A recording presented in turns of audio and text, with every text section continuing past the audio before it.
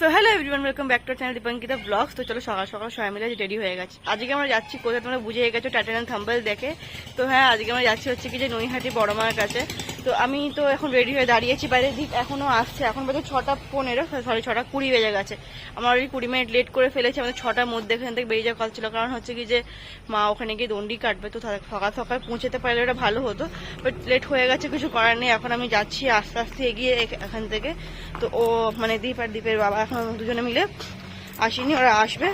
আর মা অলরেডি ওখানে দাঁড়িয়ে আছে, মানে বাস স্ট্যান্ডের ওখানটাতে। বাস এলে বাসে করে এখন স্টেশন যাব।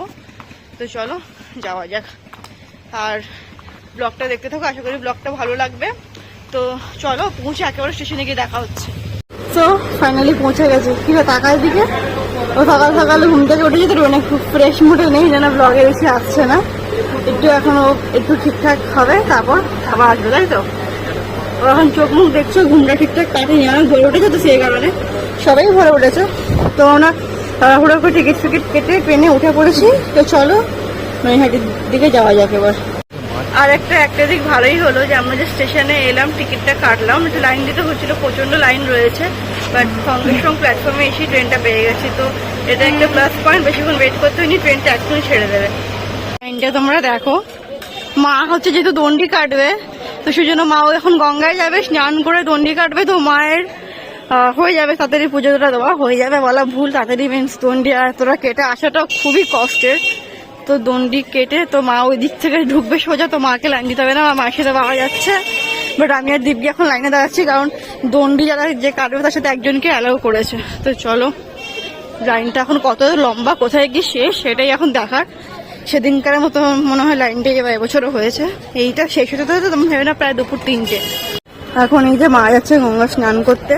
তো ফার্স্টে আমি আর দিকে লাইন দিয়ে দিয়েছিলাম যে আমরা দুজনে পুজো দেবো, বাবা মায়ের সাথে থাকবে। তো ওটা উল্টো হলো, যে মা বলছে কি যে আমাকে দিকে লাগবে, কারণ যেহেতু মাসিকটা মা আমাদের জন্যই করেছিল। তো আমাদেরকে মাকে ছুটতে হবে, জলটা খেতে হবে। হ্যাঁ, তো জল ছেটাতে হয়, একজনকে ছুঁতে হয়। তো সেই কারণেই আমরা দুজন যাচ্ছি। বাবা গিয়ে লাইনটা দিয়েছে, মায়ের সাথে আমি ঢুকে যাবো, দীপ বলছে বাবার সাথে লাইনে গিয়ে পুজোটা দেবে। তো চলো এখন যাক, মা স্নানটা করে নি গিয়ে গঙ্গা। এই যে মা এখন দণ্ডি কাটছে।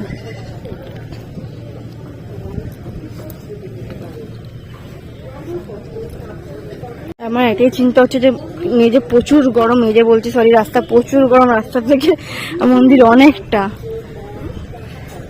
গরম, রাস্তা থেকে মন্দির অনেকটা। দেখো মা এখন দণ্ডি কাটছে, এটাই হচ্ছে কিন্তু আসল যে মারা সন্তানের জন্য কতটা সহ্য করতে পারে কষ্ট। রোদের যে তাপ, তার মধ্যে দণ্ডি কাটাটা খুবই ডিফিকাল্ট। জীবনে জল ছেটাচ্ছে সবে, এখান থেকে এটুকুনি এসছে, এতটা রাস্তা, অনেকটাই রাস্তা। যেহেতু একটু মাকে ছুটছি, সেই জন্য পুরোটা ক্লিপ নিতে পারছি না। আমার গঙ্গা ঘাট থেকে মোটামুটি চলে এসেছি। মন্দির তো এখান থেকে অনেকটা, যতটা পারবো ক্লিপ নেবো, অনেকটা ক্লিপ নেওয়া সম্ভব হচ্ছে না।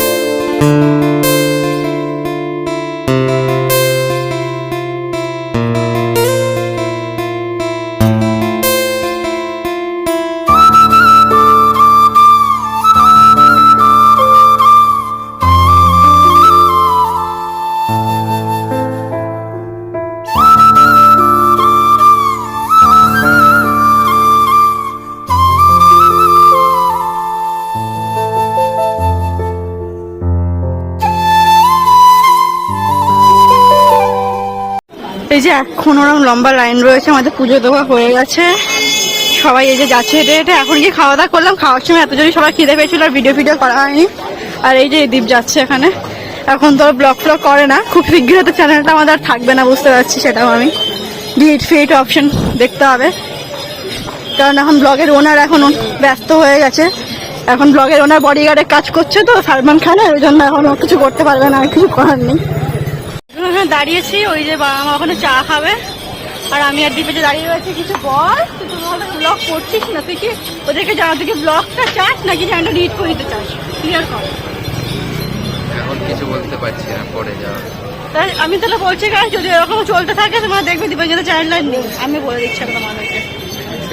সেটা ওরা জানে কার জন্য কি হয়। তুই চুপ করে থাক। তো আমাদের কেমন দিলে পুজো দিয়ে? পুজোই ভালো ভালো হয়ে গেছে, আজকে লাইনটা অনেকটা বেশি পড়ে গেছে। এখন অনেক লাইন, আমরা তো তাড়াতাড়ি দিয়ে নিয়েছি বলে একটু যাবো, ঘরে ফটোফট তুলবো, তুলে বেরিয়ে যাবো, খাওয়া দাওয়া করলাম। ফটো তুলবো। এই ফালতু বকে গাড়িতে এর কথা তোমরা শুনবে না, ও পুরো পাগল হয়ে গেছে বললাম তো। এখন ও শুধু টাকার নেশা হয়ে গেছে, এখনো ব্লগ না কোনো কিছু চেনে, অনলি চেনো টাকা। এটা বাস্তব কথা বলছি, ও প্রচুর টাকার নেশা হয়ে গেছে, টাকা ছাড়া এখন কিছুই আর চেনে না, সত্যি কথা। হ্যাঁ, তো যাই হোক, তো চলো এবার ফটাফট তুলবো, তুলে বেরিয়ে যাবো। এখান থেকে আমার ফেভারিট জিনিসটা খেয়ে নিলাম, সামারে আমার আখের তুতলে যাচ্ছে কথা, সরি, সামারে আমার আখের রস হচ্ছে খুবই ফেভারিট। তো এখান থেকে খেয়ে নিলাম, এই যে দীপ খাচ্ছে, আমি নিয়ে তো একেবারে ঢকঢক করে খেয়ে নিচ্ছি, যা গরম লাগছিল। মা ওখানে সবাই রয়েছে, এবার চলো বাড়ির দিকে রওনা দেবো। আর লাইনটা তোমার দেখতে দেখো, এখন অব্দি অনেক দূর অব্দি লাইন আছে। তো ফাইনালি পৌঁছে গেছি হচ্ছে বিধাননগর স্টেশন। এবার সোজা যাবো এখান থেকে বাস করে বাড়ি। আর রাস্তায় ব্লগ করবো না, কারণ এতটা রোদ ছিল, এখন রোদটা কমেছে, কপাল ভালো। প্রচন্ড রোদ ছিল, আর ওই যে আমরা দাঁড়িয়ে গেছে পেয়ারা কিনবে বলে, প্রচন্ড রোদ ছিল, তো সারা রাস্তা ব্লগ করা হয়নি। আর ট্রেনে একটু বসে সিট পাইনি, পুরো দাঁড়িয়ে আসতে হচ্ছে নৈহাটি টু বিধাননগর। তো এখন সোজা বাড়ি যাবো, বাড়ি গিয়ে দেন দেখা হচ্ছে। তো বাড়িতে চলে এসেছি, বাড়িতে না মামা বাড়িতে এসেছি আজকে। আমরা দুপুরবেলা এখানে খাওয়া দাওয়া করবো, করে বাড়ি চলে যাবো, এই আর কি। তো আজকে ব্লগটাকে এখানে এন্ড করলাম, কতটা কি হয়েছে জানি না, হয়েছে হয়তো।